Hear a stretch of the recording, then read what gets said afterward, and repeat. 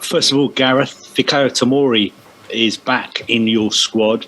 How impressed have you been with the way he's been playing for AC Milan? Yeah, very impressed, Carve. I thought he finished last season well, and we were tracking him closely at the end of last season, and he started well again this season. He's playing at a club who there's an expectation to win every week, so he's performing under pressure. I thought he did very well at Liverpool in the Champions League game, and his next game was Juventus, so he's had big matches as well as the general league games. And I like Fikayo in terms of his aggressiveness of his defending. Because he's got speed, he's confident enough to defend on the front foot, and his use of the ball is improving all the time as well. So I think the move, obviously Milan have been delighted with him. They've ended up buying him, and it's been a really good experience for him. And Ollie Watkins is back in as well. What's the thinking behind that? Well, I think we would have selected Ollie last month, but he was injured. He was very close to making the squad for the Euros. I think he's still getting back to full fitness at Villa, we know, but he's a striker who I loved his mentality when he was working with us. He didn't come in and have a look at things and dip a toe in the water. He was really determined to take the opportunity whenever he trained with the group, whenever he was on the pitch. We've got some good centre forward options, a couple missing with injury, but Ollie impressed us with his mentality and his ability when he was with us. Aaron Ramsdale is also back in, it looks like, in place of Nick Pope. Is that just down to the fact that he's made such an impact since he's moved to Arsenal? Yeah, again, Aaron was with us all summer, so we had the opportunity to work with him for a long period of time and get to understand his strengths. Nick is still, I think, coming back from the injury he had a little bit, and I think Aaron is just in a better vein of form at the moment. And from Aaron's perspective, I think the move to a club again with high expectation, a style of play where he's asked to build with his feet from the back, which is he's coping with really well, and I think is an important factor for us when I look at the biggest matches in particular, to be able to do that from the goalkeeper. So he's really adapted well to that move. His performances this season have been full of confidence. We were maybe expecting Mason Mount and Reece James to miss out through injury. They're both in the squad. Can you just give us an update on the situation regarding those two players, and also Luke Shaw as well, who hasn't been playing for Manchester United? Yeah, I mean, clearly they've still to appear for their clubs, so there's an element of the unknown with that. But our understanding is that Mason and Reece have a good chance for the weekend. We'll have to track that. And I think Luke's was more of an illness than anything else, was our understanding. So again, we don't play until next Saturday, our first game, so there's a bit of time, and we'll know more as this week progresses on all of those situations, really. And two names who are not included, Jude Bellingham and also Mason Greenwood. What's the thinking behind their omissions? Yeah, well, they don't come as a pair, but they're both similar situations in that they're young players with a heavy load at the moment. I've spoken with both of the players, and both feel, Jude at the moment has got a high level of matches. He's playing Champions League games, he's playing league games. As an 18-year-old, he had a full season last season, then into European Championship, so no break. We have to remember that these lads are still physically growing.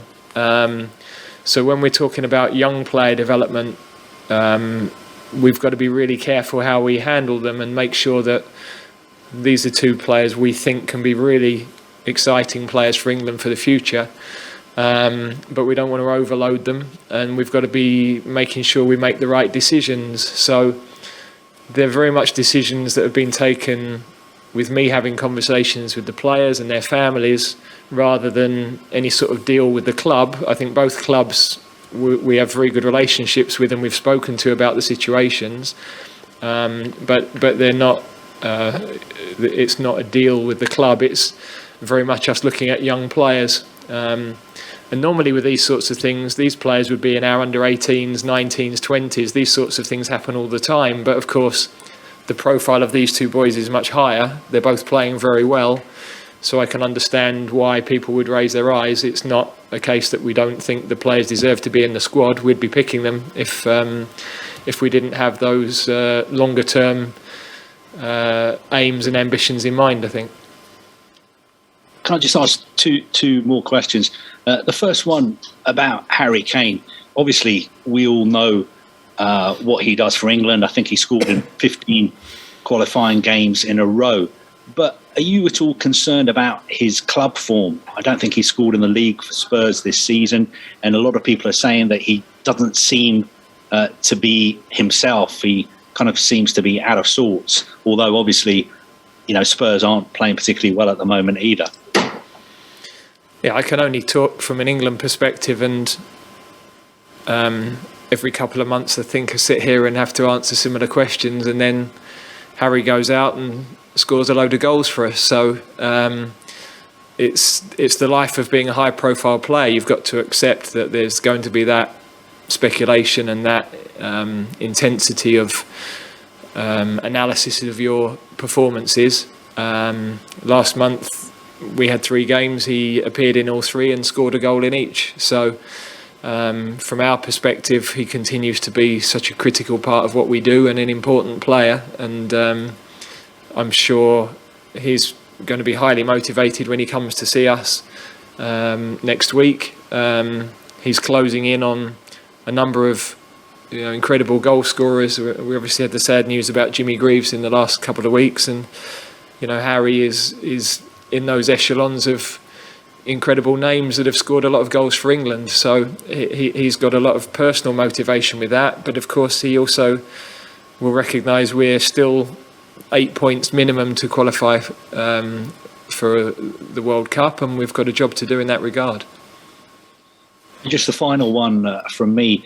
I think for the first time today, we've seen a football fan going to prison for abusing a professional footballer online. I just wanted to ask you if you thought that was a sign of progress. Does that show that steps are being taken to eliminate racism from social media and also from football and society as a whole? Yeah, I mean, I've only just learned about the specifics of the case, or I'm not aware of all the specifics of the case, but the sentence. So, yeah, look, I think all I would say is that it's important that we do take the online abuse, the abuse in general society very seriously. I think we're recognising the importance of that. We want a tolerant society, and I think that's where we're heading. So, yeah, for me, they're the important messages at this time. Thanks, Carve. Next, we'll go to Kerry Brown of beIN Sports. Hello, Gareth. We've seen what a sensation Saka has been for England. A lot of the Arsenal fans will be disappointed not to see Emile Smith-Rowe. They have such a great chemistry on the pitch together. Can you explain that? Well, he's a player we like a lot, and very close to making this squad. I'm conscious. I mean, we've talked about 2 young players we're managing carefully, and we've brought a lot of youngsters up, and that isn't straightforward. Sometimes you want to bring them with the seniors, and there may be a need for them to go back to the under-21s, and so at this moment in time, I don't want to bring any more. Unless we need to, any more younger players out of the under-21s. I think they've got to earn that right over a little bit longer period. This is a fairly settled squad. We know that some players aren't playing as often as we would ideally like, but we're only 6 or 7 games into the season. So I'm trying to respect a squad that got us to a final, not make too many changes to that, make sure that young players really have to earn the right to come in. Emil unfortunately wasn't able to play with the under-21s last time, and had to go back. So I thought his performance against Tottenham was very good. We know how he finished last season as well. I can only say he's a player we like, and he's very close. There have been some exceptional performances from young players, as you talk about, looking to the future. Jacob Ramsey, who seems to be fitting in very well for a big figure like Jack Grealish, Conor Gallagher. Ben White had a really difficult start, but he's really coming back into his own. Is this a player you'll show faith in again in the future? Yeah, again, I think Ben performed well against Tottenham at the weekend. I think still settling into a new club, and but Sunday's performance showed good signs. We obviously liked what we saw to pick him ahead of the summer, and he's definitely a player we're monitoring closely.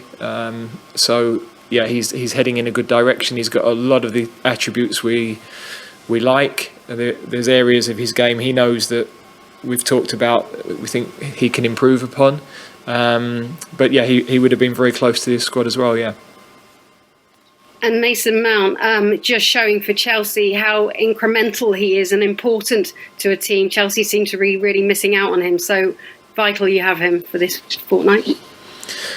Well, we hope so. I think we've never hidden our admiration for what he brings to the team and the ability he has.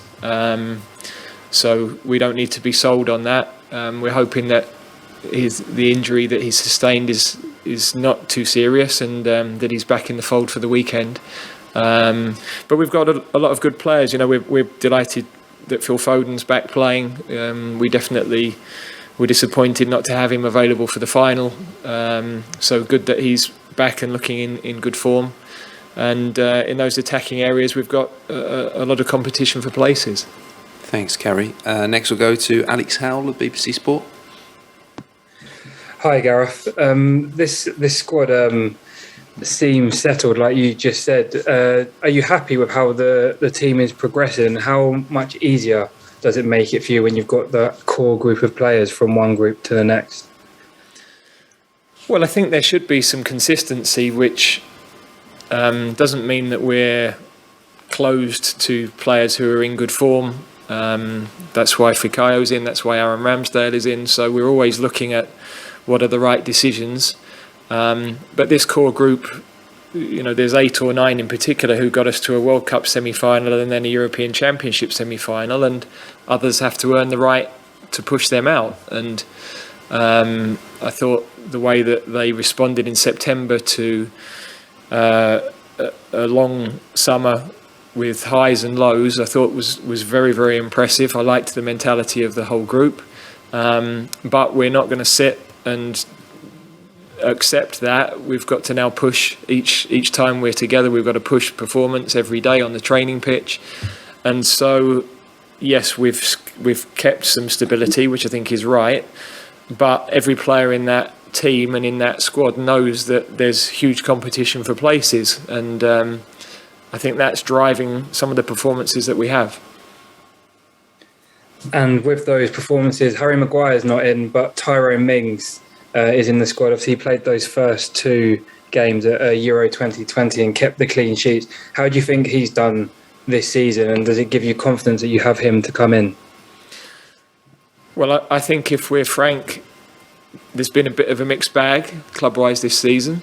I think he knows that, but he dealt brilliantly with the really a real step up in terms of the profile of game he had to deal with us, to play opening match of a European Championship at home, and then to play an England-Scotland game in a European Championship at home, 2 of the highest profile games you're going to have to deal with. So given he's not been able to play European club football or anything like that, they were a bit of a step into the unknown for him. He dealt with it brilliantly, and that really set us on our way as a team for the tournament. That defensive stability. So, yeah, he's clearly a player that we know we can trust at this level, and I think he's raised his game whenever he's been asked by us. Thanks, Alex. Next we'll go to Nizar Kinsella from Goal.com. Hi, Gareth. I wanted to ask you about Thomas Tuchel's comments that Ben Chilwell was mentally tired after the Euros. I was wondering, kind of what you made of that, and what you've made of his inability to get going this season after the summer. Well, there's no hiding that Ben had a difficult summer with us. He would have been disappointed not to play as often as he would have liked. There were specific reasons for that when we played Kieran Trippier, and of course Luke Shaw was one of the outstanding players for us in the tournament. So, I said to Ben at the end of that tournament, I knew that would have been a hard experience with the period of isolation he had to have as well after the Scotland game. And I think what he has to do is fight now to get back in. When you have these disappointments as a player, you have the opportunity to roll your sleeves up and show your character, and I'm sure he's going to do that and force his way back into Chelsea's team, which I think at the moment, he had 45 minutes last night and he had the cup game last week, but at the moment getting back in that team is the priority, really, I think. Thanks, Nizar. Next we'll go to Jack Rosser from the Evening Standard. Hi, Gareth. Declan Rice has become a key player for you and a leader at West Ham as well. But there were some comments from Leonardo Bonucci yesterday implying that he was a bit naive over the summer, saying that England were 10 times more ready for the game than Italy. And Bonucci has said he was a bit presumptuous and sort of putting himself on a higher level than Italy. What's your sort of response to that? And do you agree or not? Well, yeah, I wasn't aware at the time of the story, so that was the first I'd seen of it when it was brought to my attention yesterday. I suppose it's a reminder that you always have to bear in mind whatever you say when you speak publicly, it can be used as motivation for an opponent, and we've done that in the past and it's benefited us. So I'm sure, sometimes those things can be taken slightly out of context as well, and that can make it seem even more inflammatory. So I'm sure if that was the case, Declan will have learned from that situation. It's not something, maybe it can be used as inspiration, but that's sort of his mentality, isn't it? But that's not something you'd want him to lose.